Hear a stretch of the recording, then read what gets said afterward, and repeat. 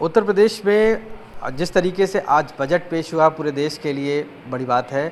क्या मानना है? हमारे साथ ए.के. शर्मा जी मौजूद हैं, नगर विकास मंत्री हैं, ऊर्जा मंत्री हैं। सर, बजट आज आया है, किस तरीके से आप उसको देखते हैं इस पूरे बजट को? माननीय प्रधानमंत्री जी श्री नरेंद्र मोदी जी का तीसरे कार्यकाल का ये पहला बजट बहुत ही सराहनीय है, बहुत ही दूरदर्शी है, सर्वस्पर्शी और सर्वसमावेशी है। मैं उसके लिए माननीय प्रधानमंत्री जी को, माननीय वित्त मंत्री जी को बहुत बहुत बधाई, साधुवाद और अभिनंदन करता हूँ। यह बजट देश के विकास के लिए, देश के प्रगति के लिए, आर्थिक प्रगति के लिए, दुनिया की सबसे तेज़ गति से विकसित होने वाली, प्रगति करने वाली एक अर्थव्यवस्था के लिए, हमारी जो अर्थव्यवस्था 11वें नंबर से 5वें नंबर की अर्थव्यवस्था बनी है, उसको तीसरे नंबर, दूसरे नंबर तक ले जाने के लिए और देश को विकसित देश बनाने के लिए एक बहुत ही बड़ा कदम, बहुत ही बड़ा माइलस्टोन साबित होगा, ऐसा मैं मानता हूँ। ख़ास करके अगर मैं डिटेल में बात करूँ तो इसमें समाज के सभी वर्गों को न्याय देने का, सभी वर्गों के कल्याण का मार्ग इसमें प्रशस्त किया गया है। विशेष रूप से गरीबों का, युवाओं का, महिलाओं का और अन्नदाता किसानों का विशेष रूप से इसमें ध्यान रखा गया है। उन चार वर्गों के लिए, चार जातियां जिसको माननीय प्रधानमंत्री जी बोलते हैं, उनके लिए विशेष व्यवस्थाएं की गई हैं। अर्थव्यवस्था के जो प्रमुख क्षेत्र होते हैं जिनके कारण अर्थव्यवस्था की प्रगति होती है, ऐसे 9 क्षेत्रों को चिन्हित किया गया है, जिसमें कृषि है, इंफ्रास्ट्रक्चर है, मैन्युफैक्चरिंग और सर्विसेज हैं, एम्प्लॉयमेंट और स्किलिंग है, ह्यूमन रिसोर्स डेवलपमेंट है, अर्बन डेवलपमेंट है, एनर्जी सेक्टर की बात कही गई है, रिसर्च और डेवलपमेंट है। ऐसे 9 क्षेत्रों को, सिंचाई भी उसमें आता है, इंफ्रास्ट्रक्चर में रोड, रेल, सिंचाई, ऐसे 9 क्षेत्रों को जिनके आधार पर मुख्य रूप से अर्थव्यवस्था चलती है, उस पर नए 9 क्षेत्रों में फोकस काम करने का, एक ध्यान केंद्रित करके काम करने का इस बजट में जो है पूरा स्ट्रेटजी बनाई गई है, वो बहुत ही सराहनीय है।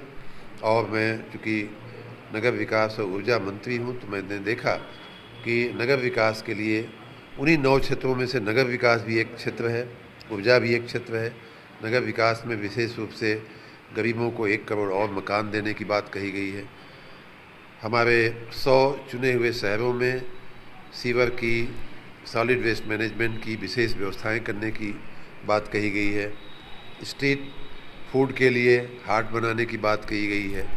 ट्रांजिट ओरिएंटेड डेवलपमेंट की बात की गई है। तो ये सारे की सारी बातें जो हैं वो भविष्य के भारत के और भविष्य के नगरों के निर्माण के लिए ये बातें साफ साफ दिखाई दे रही हैं। उसी तरह से ऊर्जा के क्षेत्र में भी न्यूक्लियर एनर्जी की बात की गई है। हर घर पे सूर्य ऊर्जा उत्पादन करके लोगों को बिजली मुफ्त में मिल जाए, इसकी बात की गई है।